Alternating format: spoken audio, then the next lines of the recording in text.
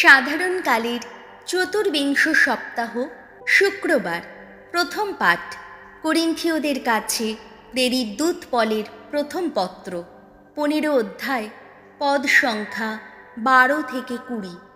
খ্রিস্ট যদি পুনরুত্থিত না হয়ে থাকেন তাহলে মিথ্যাই আমাদের বিশ্বাস।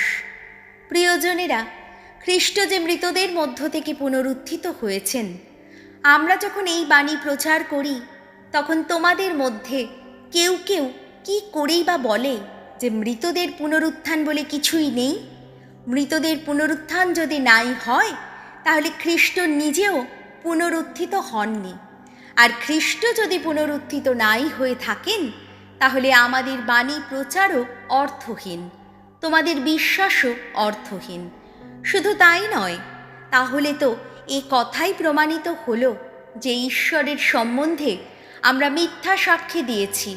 কেননা আমরা তো ঈশ্বরের সম্বন্ধে সাক্ষী দিয়েই এতদিন এই কথা বলে এসেছি যে তিনি খ্রিস্টকে পুনরুত্থিত করেছেন, আর আসলে তিনি তা করেননি যদি সত্যি মৃতেরা পুনরুত্থিত না হয়। কারণ মৃতেরা যদি পুনরুত্থিত নাই হয় তবে খ্রিস্টও পুনরুত্থিত হননি। কিন্তু খ্রিস্ট যদি পুনরুত্থিত না হয়ে থাকেন তাহলে মিথ্যাই তোমাদের বিশ্বাস। তোমরা আজও তোমাদের সেই পাপী অবস্থাতেই পড়ে আছো।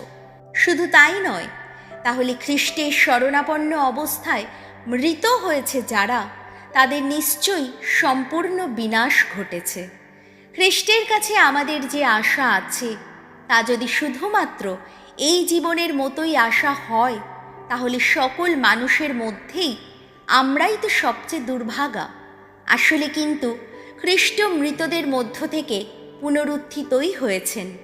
শেষ নিদ্রায় নিদ্রিত হয়েছে যারা, তিনি তাদের মধ্যে যেন নতুন ফসলের সেই প্রথম অংশেরই মতো। প্রভুর বাণী। শ্যাম সঙ্গীত ধুয়ো।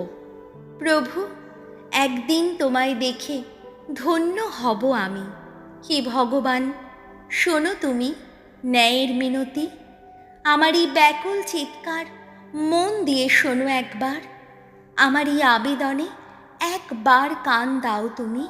ওগো, আমার ওষ্ঠাধরে নেই যে ছলনা। ধুয়ো। প্রভু, একদিন তোমায় দেখে ধন্য হব আমি। হে ঈশ্বর, সাড়া দেবে তুমি, তাই আমি ডাকি। কান পেতে শোনো, শোনো তুমি আমার মিনতি। দেখাও তোমার সেই অপার করুণা। যারা শত্রুর ভয়ে তোমার আশ্রয় পেতে চায়, তুমি তো তোমার আপন বাহু বলে তাদের রক্ষা করো। ধুয়ো। প্রভু, একদিন তোমায় দেখে ধন্য হব আমি।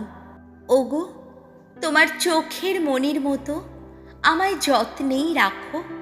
তোমার পক্ষপুটে আমায় লুকিয়ে রাখো।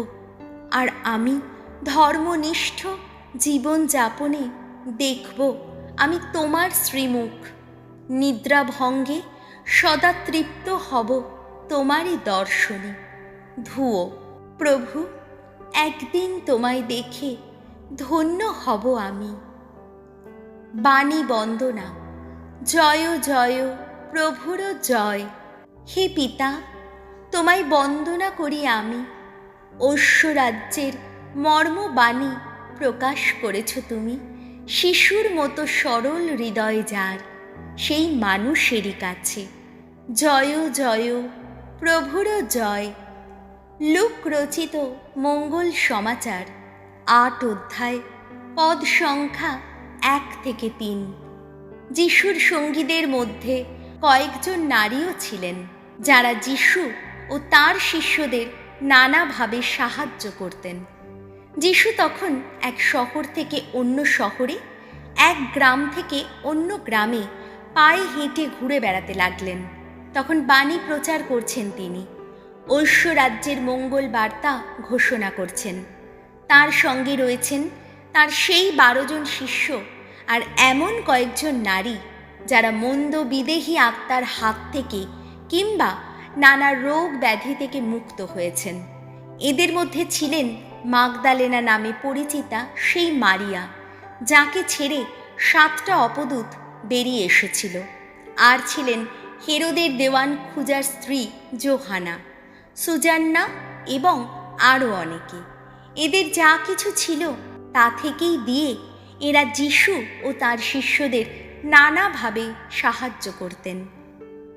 প্রভু যিশুর মঙ্গল সমাচার।